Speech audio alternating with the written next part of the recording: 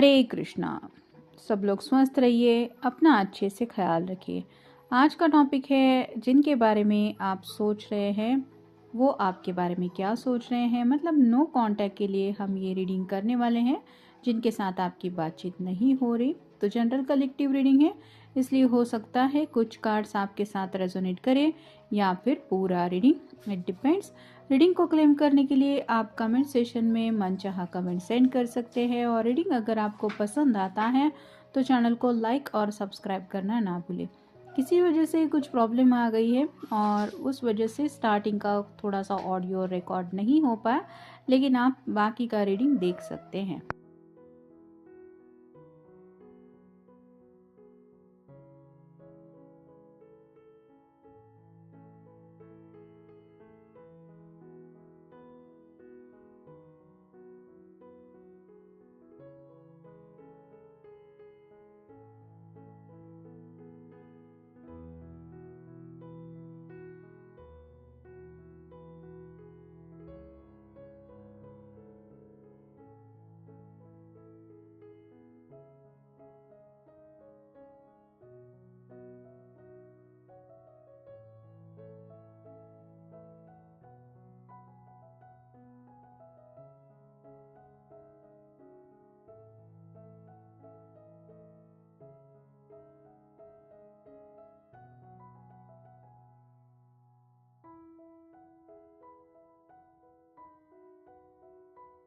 लेकिन कहीं ना कहीं ज़िद्दी बहुत है और उनको यही लग रहा है कि जैसे वो ज़िद्दी है वैसे आप भी कुछ कम ज़िद्दी नहीं है।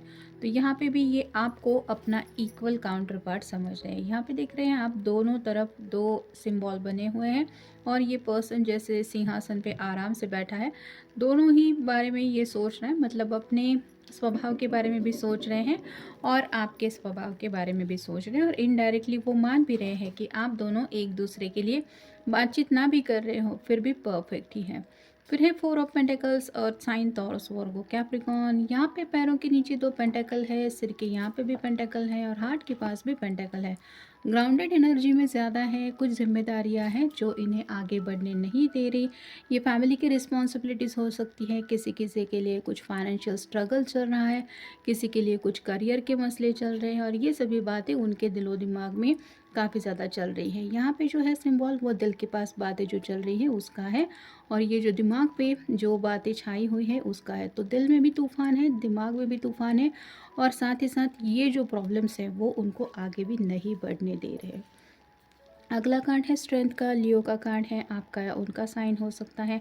आप दोनों एक दूसरे से काफ़ी ज़्यादा अपोजिट है, ये वो समझते हैं, लेकिन कहीं ना कहीं अगर इस पर्सन को कहीं से पता चला है ट्विन फ्लेम जर्नी के बारे में तो वो दिल से ज़रूर महसूस कर रहे हैं कि क्या हुआ आप दोनों एक दूसरे से ज़्यादा सिमिलैरिटीज़ नहीं रखते, काफ़ी ज़्यादा डिफरेंसेस है आप दोनों के बीच में, लेकिन फिर भी आपके साथ इनका जो कनेक्शन है वो बहुत ज़्यादा प्यारा है, ये वो भी नोटिस कर रहे हैं।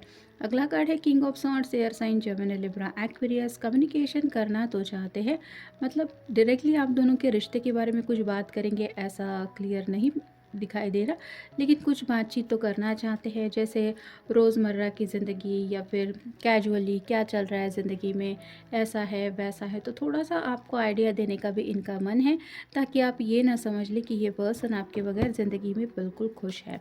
अगला कार्ड है 8 of swords, again air sign Gemini Libra Aquarius.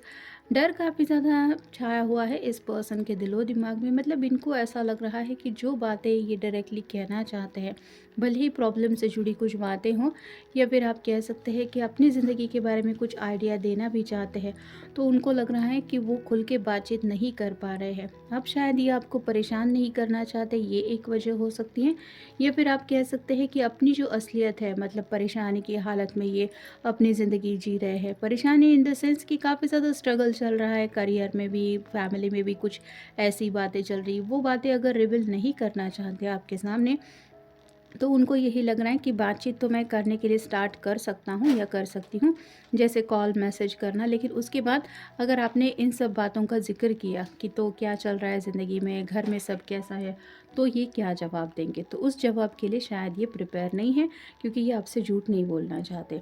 Next है नाइट ऑफ पेंटिकल्स और sign Taurus Virgo Capricorn. Pentacle का नाइट जो होता है वो बहुत ज़्यादा स्लो होता है।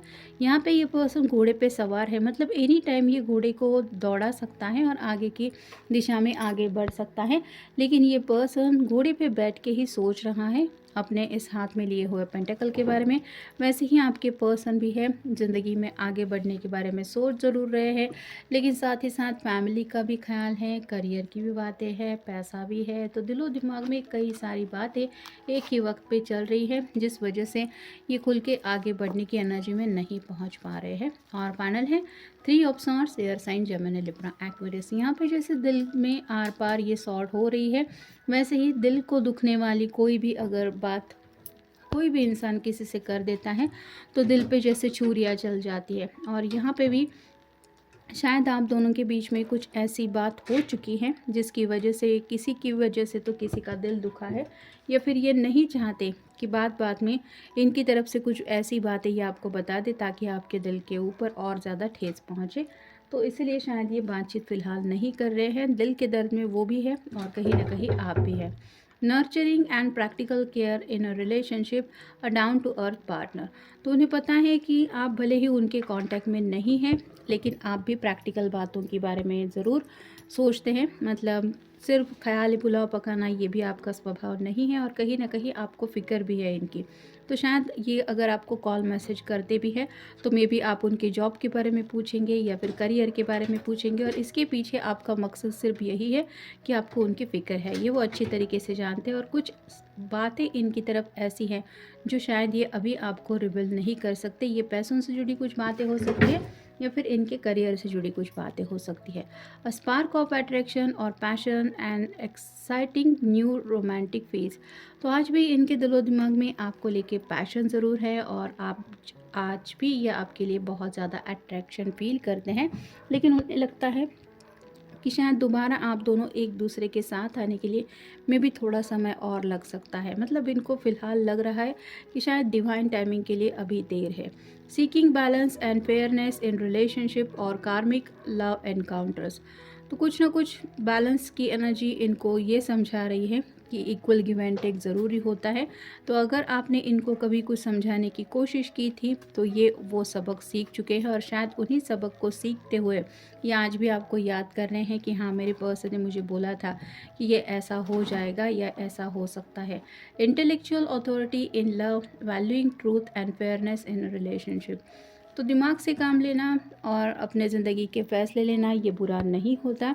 और यहाँ पे कहीं ना कहीं लव लाइफ की जब बात आती है तो उन्हें ऐसा लगता है कि उनके कंपैरिजन में आप बहुत दिमाग से काम लेते हैं। मतलब ये जैसे इमोशनल होके शायद फंस जाते हैं या फिर इनको कुछ सूझता नहीं है, ये कम्युनिकेशन को लेके भी और सोच को लेके भी ब्लॉक फील करते हैं, वैसा आपका नहीं है।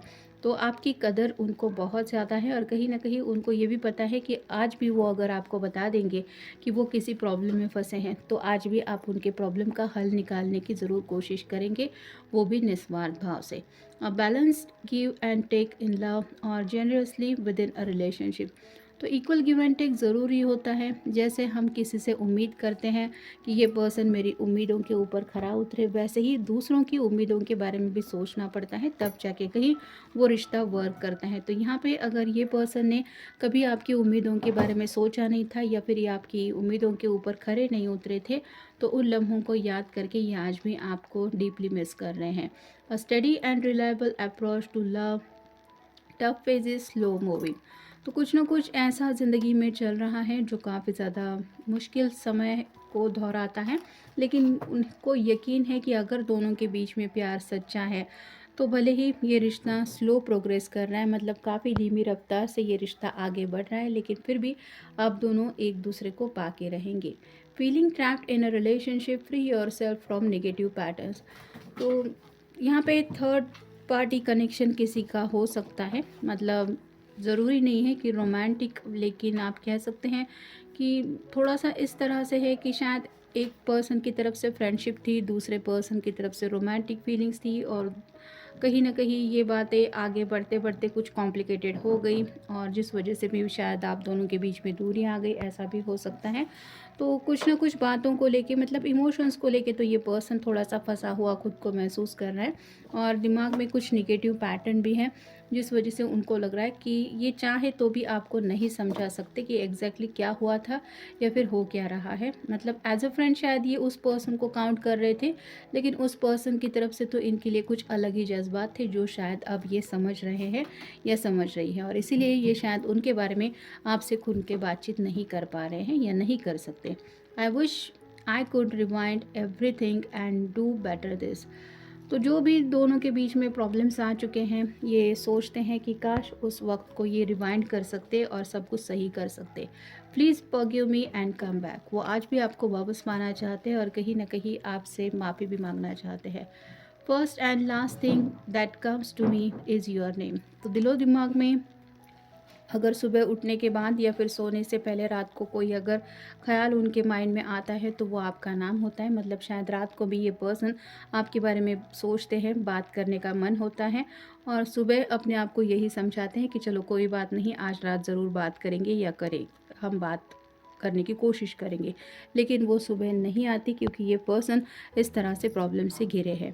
You are not with me, I am lonely as can be. तो आप उनके साथ नहीं हैं, ये एहसास ही उनको और ज़्यादा अकेलेपन की एनर्जी में डाल देता है या फिर और ज़्यादा अकेलापन महसूस करवाता है। I love your voice, I feel relaxed. जब भी आपकी बातें सुनते हैं, आप से बात करते हैं तो ये रिलैक्स महसूस करते हैं और फ़िलहाल भी ये आपसे बातचीत करने के लिए तरस रहे हैं, आपकी आवाज़ सुनना चाहते हैं। लेकिन उनको पता है कि कम्युनिकेशन करने के लिए सिर्फ एक पर्सन बात कर रहा है, दूसरा पर्सन खामोश बैठा है, ऐसा तो होगा नहीं। इनको भी आपके कुछ सवालों के जवाब देने पड़ेंगे। I will heal all your pain. तो अपने आप से ही जैसे ये वादा कर रहे हैं कि ये आपका हर दर्द दूर कर देंगे और जो भी तकलीफ़ इनके तरफ से अगर आपको पहुंची है तो वो भी ये आपके दिलो दिमाग से हटा देंगे। मतलब अपने प्यार से वो सब घाव भरने के बारे में भी ये सोच रहे हैं। यू बिलीव और not, I love you more than you know. तो आपको शायद यकीन नहीं होगा इनके प्यार के ऊपर, ऐसा इनको लग रहा है, लेकिन ये पर्सन बहुत ज़्यादा चाहते हैं आपको। I can never forget you. ये कुछ भी करें लेकिन आपको भूल नहीं सकते। और फाइनल है, I want to hug you.